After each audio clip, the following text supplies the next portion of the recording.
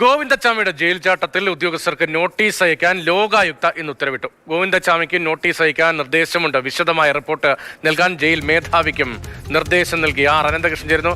അനന്തൻ, ലോകായുക്തയുടെ ഇടപെടൽ ഇതടക്കം എങ്ങനെയാണ്?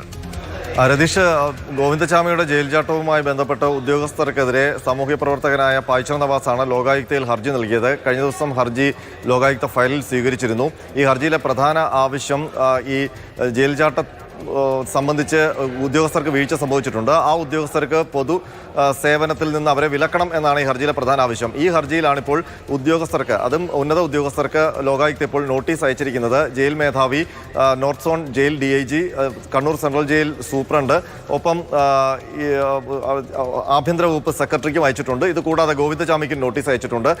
ഈ ജയിൽ ചാട്ടവുമായി ബന്ധപ്പെട്ട് അന്വേഷണത്തിൽ കണ്ടെത്തിയ വിവരങ്ങൾ, അതിനുശേഷം നടപ്പാക്കിയ നടപടികൾ അടക്കം വിശദമായ ഒരു റിപ്പോർട്ട് ജയിൽ വകുപ്പ് മേധാവി ലോകായുക്തയ്ക്ക് സമർപ്പിക്കണമെന്നുള്ള നിർദ്ദേശം കൂടി ഈ ഉത്തരവിലുണ്ട്.